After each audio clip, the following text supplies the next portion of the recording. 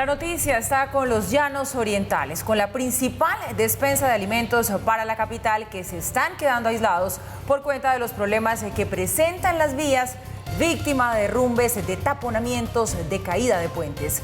El gobierno nacional anunció ya un plan de contingencia para superar esta crisis, pero rechazó decretar la emergencia económica y social.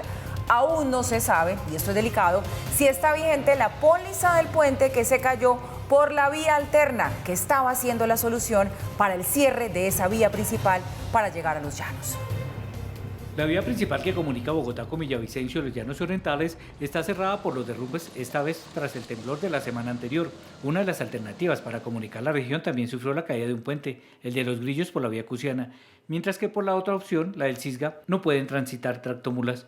Pero esta es una vía que no soporta el gran flujo vehicular y sobre todo de carga, porque esta vía en algunos tramos es muy angosta y en todo caso genera mucho traumatismo. Frente a los constantes cierres en las vías que comunican el centro del país con los Llanos Orientales, el movimiento de productos y materias primas tiene dificultades y ya algunos alcaldes han solicitado que se decrete la emergencia económica y social. Esa región es la gran despensa del centro del país. Solicitamos al presidente de la República declarar el estado de emergencia en los Llanos Orientales. Es una situación sumamente crítica que requiere todo el respaldo, la fuerza y los instrumentos institucionales. Hay que determinar que entre Villavicencio y Bogotá se mueven alrededor de 3.000 vehículos diarios. Esos 3.000 vehículos determinan un movimiento de carga de 4.000 toneladas.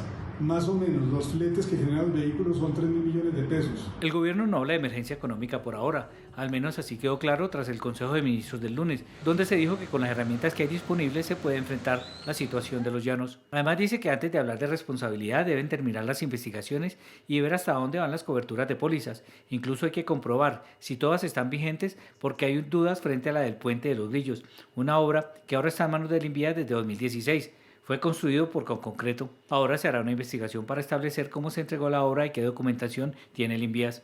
De hecho, en el caso del Puente de los Grillos ya se había presentado alarmas de las personas de la región, quienes denunciaron que parte de la estructura ya tenía problemas. 6 de noviembre del 2022, 6:50 de la mañana. Juzguen ustedes.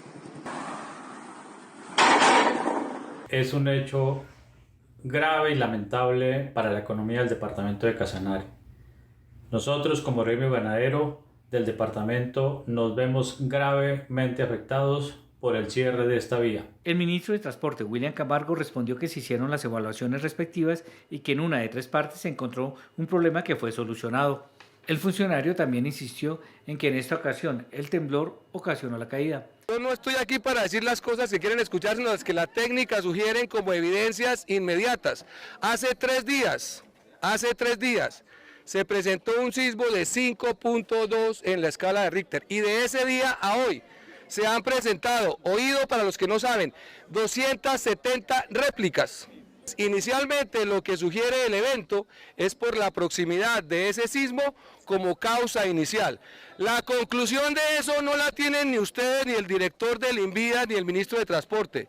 Expertos de la Sociedad Colombiana de Ingenieros de Universidades nos dirán en 6 meses o en 8 meses o en 5 meses cuáles fueron los eventos detonantes de esta afectación. Para hacerle frente a la coyuntura general se establece un cronograma para ir ejecutando paso a paso. Se programó una reunión con gestión de riesgo y la Agencia Nacional de Infraestructura para hacer la evaluación del manejo que se da al tráfico de carga, y se abrirá la vía Bogotá-Villavicencio mañana. Se habilitará a partir de mañana la circulación exclusivamente de carga diurna en el corredor Bogotá-Villavicencio. En 2 semanas se dará apertura del movimiento de pasajeros por esa misma vía y más adelante el tránsito de vehículos particulares. Aunque se va a disminuir el transporte de productos y materias primas, el gobierno no cree que se llegue a un desabastecimiento. Para más adelante se va a estudiar la posibilidad de una nueva vía más rápida y menos complicada por la zona de Sogamoso-Agua Azul, para ir eliminando un problema que ya es endémico, y es la vulnerabilidad de la vía actual, que de manera constante se afecta por el invierno. Los problemas que se presentaron en los puentes se pueden dar por deficiencias estructurales o de construcción, sobrecarga, falta de mantenimiento y geológicas como las avalanchas o los temblores recientes. Los saludo, Mauricio, buenas noches. Miren, se repite la historia, y se repite la historia con el agravante de que estamos hablando de la vía alterna que se suponía debería ser la salvación al cierre de la vía principal, y esa opción pues ya no es. Se repite la historia con el agravante de que no es el primer puente que se nos cae en Colombia y se repite la historia con el agravante de que todo parece indicar que aquí no hay póliza, que esa póliza ya se venció y no tenemos a quien nos responda. ¿Qué hacer? ¿Qué hacer con la vía al llano, motor importantísimo de la economía del país, y qué hacer con la infraestructura vial de Colombia? Hola Paula, buenas noches a quienes nos siguen en este momento. Pues evidentemente estos problemas que usted menciona son recurrentes, han aparecido una y otra vez. Y en este caso se han concentrado en esta carretera al llano. Recuerden ustedes que en semanas pasadas registrábamos el derrumbe en la zona de Quetame, un derrumbe terrible que significó la pérdida de muchas vidas. Posteriormente, con los sismos, derrumbes adicionales en las últimas horas, ahora esta caída del puente de los Grillos en una vía que ya estaba bajo observación, porque el puente de Quebrada Negra también estaba en malas condiciones. Es decir, por todos lados restricciones, por todos lados problemas. En una vía fundamental para la economía nacional, pero sobre todo para la economía del centro del país. Recuerden ustedes lo que estábamos reseñando en las notas anteriores, y es que por esa vía entran más de 3.000 toneladas de carga, circulan entre Bogotá y Villavicencio, pero sobre todo Villavicencio a Bogotá, y eso significa la entrada de muchos alimentos en un momento en que, recuerden ustedes, la inflación de alimentos viene bajando en el país, pero si se vuelve a elevar, podría poner en riesgo la meta del Banco de la República de empezar a bajar tasas de interés por ahí a partir del mes de octubre o algo parecido. Entonces vienen las preguntas. Habrá que esperar, como decía el ministro, 5, 7, 9 meses para saber qué pasó con este puente. Me parece que es un plazo bastante largo para una opinión pública a la que le urge no solamente que se restablezcan las vías de comunicación, sino también saber qué está pasando en el sector. Segundo punto, lo que usted menciona, Paula, que es fundamental, la póliza. Hay que tener presente que en Colombia, grosso modo, simplificando, se ejecutan vías de infraestructura de dos maneras: o por concesiones, cuando se le otorga a un concesionario, de acuerdo con unos parámetros, usted se encarga de hacer esta obra y por lo tanto puede cobrar unos peajes que le van a significar tanta plata, y además de eso hay una plata adicional, y usted se encarga de atender cualquier emergencia y cualquier falla que a partir de ahí se dé. Esquema número 1. Esquema número 2, favorecido por administraciones como la que tenemos en este momento en el gobierno, más sesgadas hacia, llamémoslo, centro izquierda o la izquierda. El Estado es el que se encarga de ejecutar, no a través del sector privado. Cuando eso sucede, cuando es Invías el responsable, como está sucediendo en este caso, las pólizas se agotan al cabo de 7 años u 8 años y a partir de ahí no responde nadie. No hay concesionario privado al cual pedirle cuentas, no hay nadie que diga aquí estoy yo para responder, sino que el Estado sale absolutamente perdedor en este caso. Ese parece ser la situación en la que estamos, a la que estamos abocados. Ha dicho el ministro que hay que averiguar a ver si la póliza sí, si la póliza no. Bueno, pues si para saber las causas de lo que sucedió él dice que se van a demorar 6, 8, 9 meses, imagínense ustedes cuánto se van a demorar para saber si lo de la póliza está efectivamente vencido o no. Pero lo más importante, nos decía Ismael, ya pronto se empieza a dar paso, ojalá antes de que termine la semana, a carga en la vía tradicional Bogotá-Villavicencio, posteriormente a pasajeros. Y ese paso que se le va a dar a la carga es un ligero alivio en medio de esta situación en la que parece que todos los males se hubieran concentrado sobre esta carretera, que, como dice Paula, una vez y otra vez vuelven a suceder esta clase de problemas entre Bogotá y el llano. Y sobre este asunto, Mauricio, déjeme decirle que la comunidad sigue muy insatisfecha. A esta hora hay manifestaciones en el municipio de Guayabetá. Las personas dicen que le están exigiendo al gobierno nacional pues soluciones concretas, medidas concretas a esta crisis que están afrontando, y estas manifestaciones están impidiendo que se lleven a cabo estas actividades de remoción de la tierra que cayó, que se lleven a cabo las actividades de limpieza. Las autoridades están atendiendo en este momento la situación. Y la otra noticia tampoco es muy alentadora. La EPS Sura, Compensar y Sanitas lanzaron una grave alerta sobre su situación financiera. Dicen que si el gobierno no toma medidas, se ven con dificultad avanzar con su operación después de septiembre. El ministro de Salud respondió y dice que no hay que hablar de crisis. Un SOS lanzaron 3 de las EPS más grandes del país. En una carta al ministro de Salud, Sura, Compensar y Sanitas calificaron como difícil y angustiosa la situación financiera que, según ellas, atraviesa el sistema de salud. Si no se toman las medidas pertinentes, se hará cada vez más difícil continuar con la prestación de los servicios y vemos con seria dificultad avanzar con la operación después del mes de septiembre del presente año. El ministro de Salud dijo estar abierto a sentarse con las EPS. No obstante, espera que se revisen también las ganancias que han obtenido estas empresas. Creo que es importante determinar que hay suficientes recursos. Ahora, ¿qué está pasando? ¿Qué está pasando? Nos hablan de pérdidas, pero nunca nos hablaron de las ganancias del 2020 y del 2021. Entonces, pues yo sí creo que nos tenemos que sentar a mirar, porque entonces cuando hay ganancias, todos felices, pero cuando de pronto no les está funcionando el negocio, comienzan a haber críticas. Desde el Congreso de la República, donde hace trámite la reforma a la salud, también se pronunciaron. Las deudas de presupuestos máximos de esas EPS hoy son 695.000 millones de pesos. La cartera no PBS, que es la misma, que le cambiaron de nombre, de presupuestos máximos, es de 1.000 millones de pesos. Y no puede ser que hoy la deuda por canastas COVID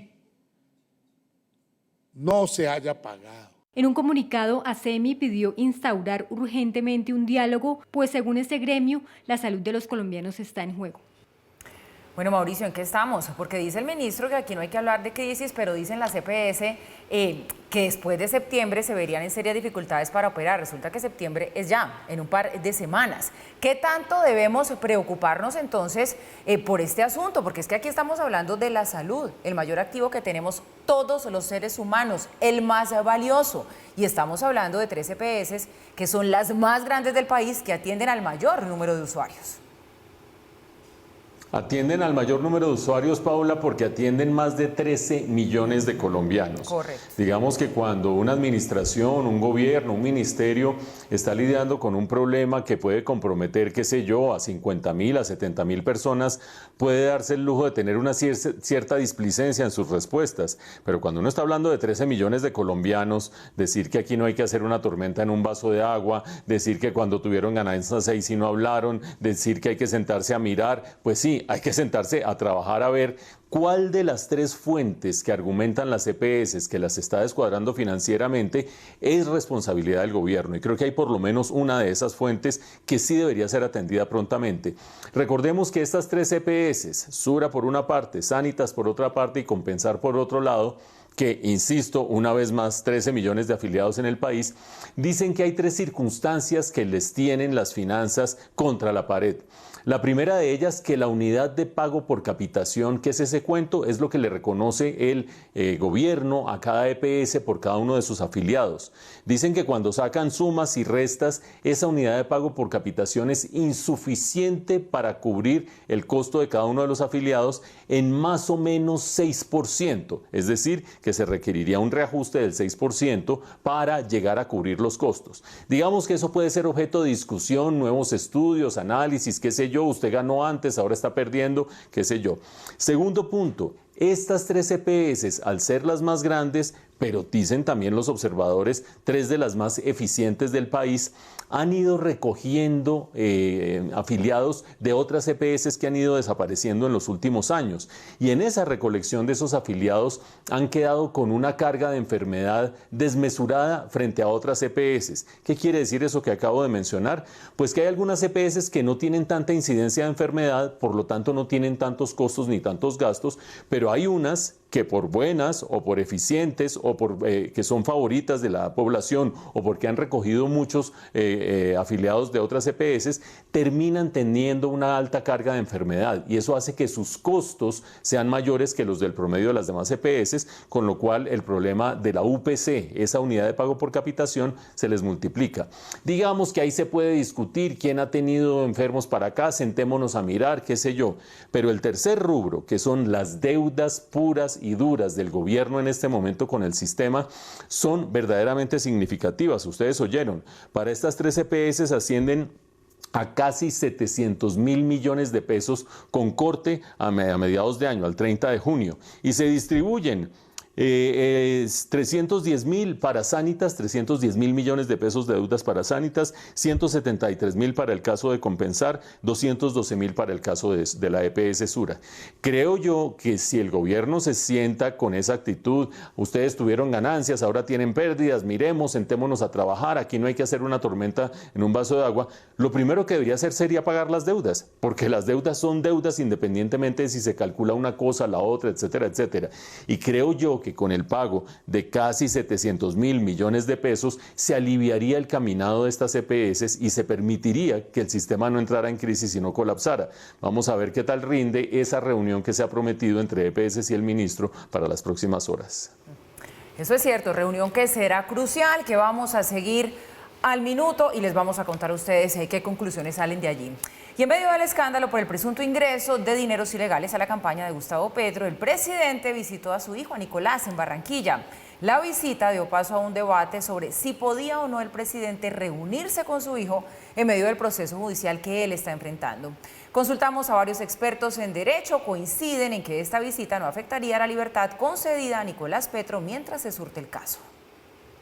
Con un trino en su cuenta de X, el presidente Gustavo Petro confirmó que visitó a su hijo Nicolás en medio del proceso judicial que enfrenta. Varios videos grabados por vecinos del sector de Villa Campestre en el área metropolitana de Barranquilla dieron cuenta de la llegada del mandatario al lugar donde reside el exdiputado del Atlántico Nicolás Petro y su actual pareja sentimental Laura Ojeda. Hoy visité a mi hijo Nicolás. Como padre, siempre tendrá mi apoyo y mi cariño. Como presidente, he respetado sin titubeos la independencia judicial. Espero una acción penal libre de agendas políticas y de total sujeción al debido proceso y a los fallos judiciales. Nicolás, por su parte, también trinó en su red social X, afirmando que su padre lo visitó y que no todo gira en torno a la política. Quiero informarles que hoy recibí la visita de mi papá. Nos reunimos unos minutos en familia. Estaba Laura, mi mamá y unos primos maternos. Hablamos de Lucas Samuel y de la importancia de él en nuestras vidas. No todo gira en torno a la política. Luego de la visita, Dais Vázquez, ex esposa de Nicolás Petro, también se pronunció en su cuenta de X de manera suspicaz, como suele hacerlo desde el inicio de todo el escándalo, diciendo que ella sí va a seguir colaborando con la justicia. Pero la visita del presidente a su hijo no solo produjo reacciones en redes sociales, también desató dudas sobre si Nicolás puso en jaque su libertad al reunirse con su padre, pues en la audiencia de medida de aseguramiento del pasado 4 de agosto, el juez le advirtió no reunirse con personas que guarden relación con el proceso. A usted le queda terminantemente prohibido interactuar, señor Petro Burgos, escúcheme muy bien, con cada una de las personas de las cuales le dieron recursos de procedencia ilícita, y con cualquiera otra de las personas que a lo largo de esta investigación guardan relación con estos hechos que se investigan. Teniendo en cuenta la advertencia del juez, ¿podía el presidente visitar a su hijo en medio del proceso judicial que enfrenta? Esto respondieron los expertos. La respuesta es sí. Ninguna autoridad judicial en el país, ninguna autoridad puede impedirle a un padre visitar a su hijo, así sea el presidente de la República. Por supuesto que no hay ningún inconveniente en que el presidente de la República haga una visita a su hijo. No existe una prohibición legal en la medida en que la restricción que se ha impuesto por un juez de control de garantías hace referencia a que el señor Petro como imputado no puede tener contacto con aquellas personas que están dentro de esta investigación, es decir, la coimputada señora Dais Vázquez o aquellas personas respecto de las cuales él o ellos van a declarar. El presidente de la República no forma parte de esta investigación. Sea lo primero manifestar que al presidente de la República no lo puede investigar la Fiscalía General de la Nación. Luego, el señor fiscal en audiencia no hizo ni podía hacer ninguna aseveración relacionada a la figura de Gustavo Petro, hoy presidente de la República. El abogado David Cancino ratificó en su cuenta de X que con esta visita no hay ninguna violación, pues la prohibición es para los mencionados en la matriz y el presidente no está dentro de ella. Bueno, Mauricio, bastante revuelo, pero mucho revuelo ha causado esta visita que tanto padre como hijo hicieron público a través de las redes sociales que se había dado. Curioso, eso sí, pues que el presidente haya decidido visitar a su hijo justamente un día antes de que empezara a hacerse efectiva esa colaboración de Nicolás con la justicia, porque esa colaboración empezó hoy. Eso ya son suspicacias, por eso le digo yo, qué curioso. El hecho es que todo parecería indicar que aquí no hay obstrucción a la justicia, que esto como que no afectaría para nada esa decisión que se tomó ya en esa audiencia de que él podía seguir su caso en libertad, ¿no? Parece que aquí no se revertiría esto como a una medida de aseguramiento. Efectivamente, ese es el punto central, Paula, y lo que hay detrás de ese punto. ¿Por qué? Porque recordemos que están en plenas negociaciones en este momento Nicolás Petro y Day Vázquez con la Fiscalía. Negociaciones consistentes en que ellos dos darían información fidedigna para justificar lo que dijeron en su momento a la Fiscalía, y son tres cosas: que entró financiación ilegal a la campaña de Gustavo Petro, que esa financiación no fue registrada en los libros correspondientes y que se violaron los topes de campaña. Supuestamente están en condiciones de dar la información necesaria para sustentar esos señalamientos. Y justamente en medio de ese proceso de negociación, Nicolás Petro está en su casa por decisión de ese juez de garantías, en el entendido en que no entraría en contacto con alguno de los involucrados en esta investigación. Entonces viene la gran pregunta: ¿el contacto con su papá, el contacto con el presidente de la República, sí constituye un contacto con alguien involucrado en esta investigación? Y ahí hay dos lecturas. Una, la que nos han dado los juristas, que dicen no está vinculado el presidente Gustavo Petro a esta investigación. La Fiscalía no es quien investiga al presidente Gustavo Petro. En caso de que llegara a abrirse una investigación, lo haría la Cámara de Representantes, acusaría ante el Senado y allí se daría un juicio político, pero no por la vía de la Fiscalía. Pero mucho más que eso, el mismo Nicolás Petro ha dicho: mi papá no sabía por lo menos de la plata de dos de los financiadores. Vamos a ver si aparecen otros financiadores, y estoy hablando del Turco Izaca y de Santa López Sierra. Pero viene una dimensión distinta, y es, en últimas, eso que está planteando el juez, de que una persona como Nicolás Petro en plena negociación no se puede reunir con alguno de los implicados. Lo que está tratando de evitar es presiones, y esas presiones no necesariamente se dan por la vía de alguien que esté vinculado a la investigación.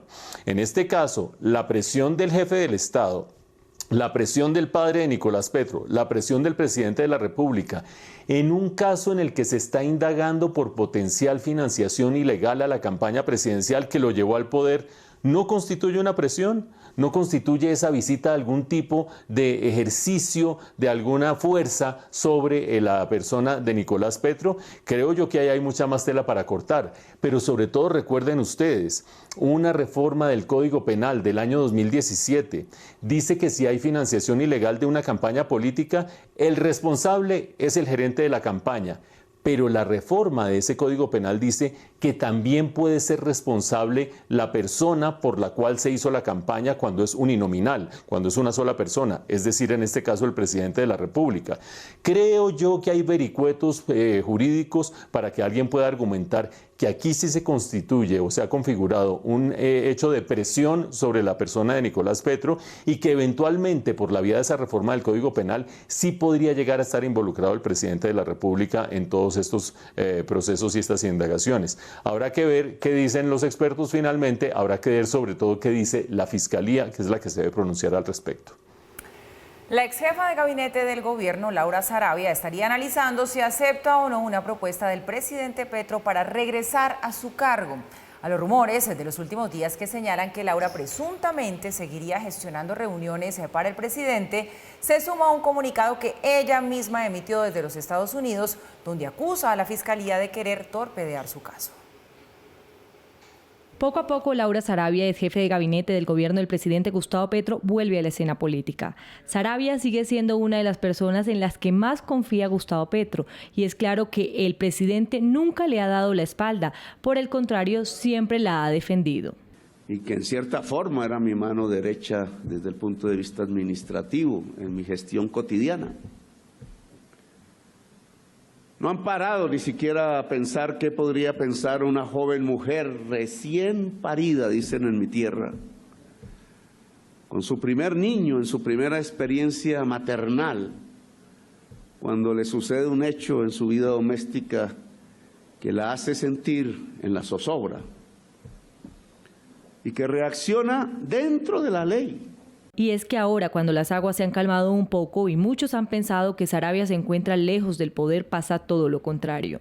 Si bien Laura Saravia dejó su cargo el pasado 2 de junio y su último ingreso a la Casa de Nariño se cree que fue el pasado 5 de junio, cuando sufrió un cuadro de descompensación desmayándose mientras salía del Palacio Presidencial, lo cierto es que en los pasillos de la Casa Presidencial aseguran que se encuentra a la sombra del presidente, como asesora externa del mandatario. Y es que desde esa nueva función agenda las cosas de Petro a nivel personal, familiar, nacional y hasta internacional.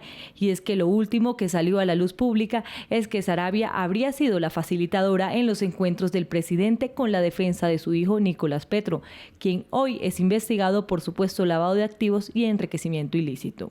En medio de esas funciones, mucho se ha dicho sobre el regreso de Saravia a la Casa de Nariño. Red Más Noticias pudo establecer que fue el propio presidente Petro quien le propuso que volviera al gobierno, es decir, retomara sus funciones. Información que hoy desde Washington la propia Laura Saravia confirma, luego de haber asistido a la Comisión Interamericana de Derechos Humanos para alegar que fue víctima de violencia política en el escándalo en el que se le vio envuelta por el supuesto uso irregular del polígrafo en la Casa de Nariño, así como ser relacionada en unos audios publicados del ex embajador Armando Benedetti, en los que habla del supuesto ingreso irregular de dinero a la campaña del presidente Petro. Mi viaje a Washington fue programado luego que el 28 de julio la Fiscalía certificara que no había investigaciones en mi contra. Sin embargo, el pasado 18 de agosto, cuando se conoció la opción de retomar mi tarea en el gobierno, la Fiscalía comunicó la novedad procesal de oír mi versión. Saravia reafirma la intención de demostrar su inocencia, por eso busca entregar la versión no sin antes hacer claridad en que antes de que eso suceda, junto con su defensa le pide a la Fiscalía conocer el contenido de la audiencia en su contra, para así dar respuesta. La diligencia de citación de interrogatorio que estaba prevista para este miércoles se llevará a cabo el próximo 5 de septiembre de 2023. Mauricio, sano, pertinente, rudo y innecesario, esa posible llegada nuevamente de Laura Saravia a la Casa de Nariño. ¿Por qué querría hacerlo el presidente? Pues sano y pertinente porque le está haciendo mucha falta. Aquí hay varias preguntas y hay que responder.